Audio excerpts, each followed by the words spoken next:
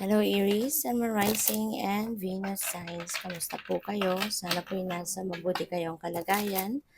Welcome back po sa Star Tarot at kung bago kayo rito, welcome din po kayo. Please subscribe, like, share my videos, and leave me a comment kung nakaresonate po kayo. Thank you.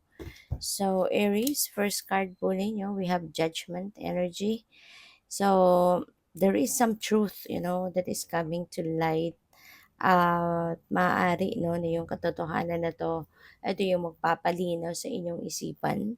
Ito yung magbibigay daan para, mapalitan yung paniniwala ninyo doon sa illusion or sa mga bagay na pinaniwalaan ninyo for quite some time, na yun pala ngayon madidiskubre ninyo na hindi yun totoo.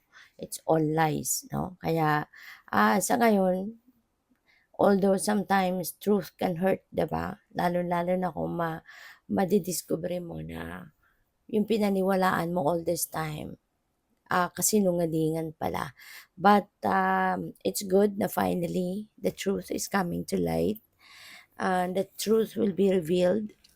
Kaya yun na lang ang mas mas maganda dito, 'di ba, na kung ano yung paniniwalaan mo ngayon, yun talaga yung totoo, 'di ba? And it's going to resolve, 'no? Mareresolba nitong katotohanan na 'to, yung sitwasyon na pupuwedeng pinoproblema mo pero, hindi naman pala dapat talaga na problemahin, hindi talaga dapat na gano'n ang maging reaksyon mo kasi kasinungalingan lang din naman 'yun. So, this is good, 'no? This is good somehow na mapuputol na yung chain ng kung ano man ang pinaniniwalaan mo na wala naman din palang katotohanan talaga. So, we have the Nine of, Pentacles. So, Nine of Pentacles is, this is, a very good energy pagdating sa inyong kaperahan. Um, this is wealth coming in, merong perang dadating, and this is going to give you the chance na ma-experience mo yung prosperity and abundance. Okay? So, you will be prosperous, you will be abundant, at, ito yung, pagkakataon na magiging ano ka na, magiging, ah, you will be, tawag dito, you will be, prosperous and abundant, and you will experience financial comfort and um, financial freedom. So, maganda to na aanihin mo na ngayon yung, bunga ng pagsisikap mo, 'no?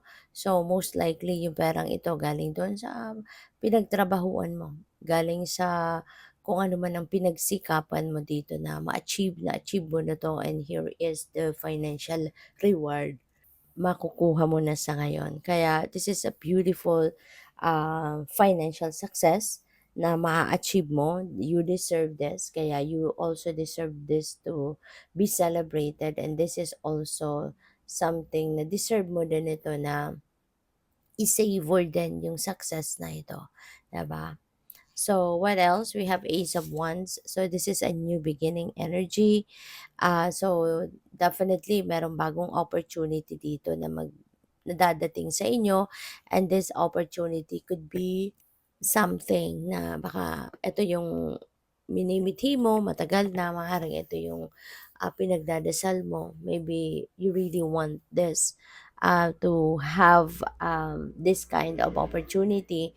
Baka related ito sa trabaho, career, ganyan. And, this is something na, you will be passionate about, no? Kaya napakaganda nito. So, you will be inspired, no, na gawin ang bagay na 'to, ang kunin ang opportunity na 'to kasi nga baka ito'y matagal mo ng gustong gawin or gusto mong magkaroon ng ganitong klaseng trabaho siguro or career, 'no? So, kayo lang tanging nakakaalam, 'no? If that message resonates with you or if that message will resonate with you, So, kayo lang nakakaalam yan. So, by the way, maraming salamat for subscribing. And if you haven't subscribed yet, subscribe na kayo. And also, maraming salamat din for not skipping the ads. Malaking bagay po yun sa akin. And also, please click the join button sa baba ng video kung gusto po ninyo na mag-join kayo sa membership. So, we have the serpent, knowledge, and healing. For some of you, Aries, maaari na makakatanggap na kayo ngayon ng healing, no? Kung meron kayong nararamdaman, let's say physical, may mga physical discomfort kayo. So maybe this is the time that you are going to receive healing and magsisimula ng makabawi kayo siguro sa physical strength, no? Na maaring um, naging problema ninyo recently. This could be healing, emotional, kung meron kayong pinoproblema sa nararamdaman ninyo emotionally, maaari din na maghihilom na yung mga sugat na yan from here on, no? And also, siguro, ang iba sa inyo dito with that, maraming matututunan, no?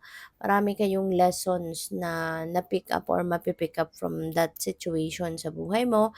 Kaya mas marami kayong ngayong magiging alam, mas marami kayong magiging wisdom sa ngayon because of the learnings that you are going to pick up from that experience.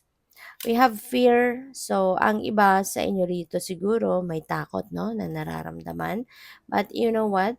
Always remember na fear is a negative energy and you don't want, no, you don't want to be fearful at this time. You don't want um, to be surrounded with fear, no? Kasi kapag natatakot ka,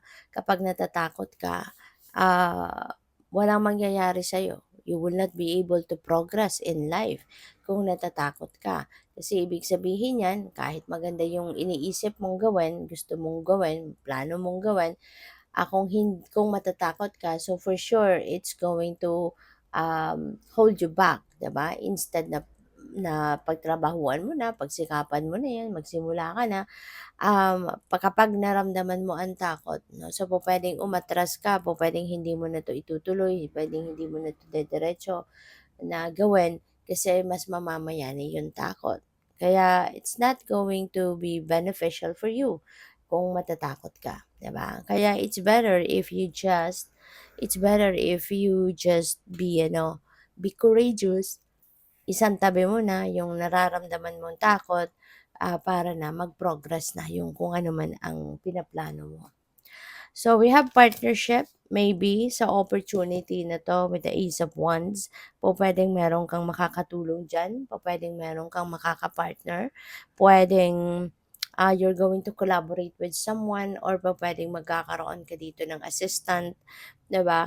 May magkakaroon ka ng ka-collaboration dito. So which is good. No? Kasi kung ano man 'yan, mas mabilis, 'di ba, ang pagtatagumpay, mas mabilis mong matatapos ang mga ginagawa mo if you have a partner or if you have someone to work with, 'di ba? Kaya good luck sa iyo, Aries. Thank you for watching. Love and light. Namaste.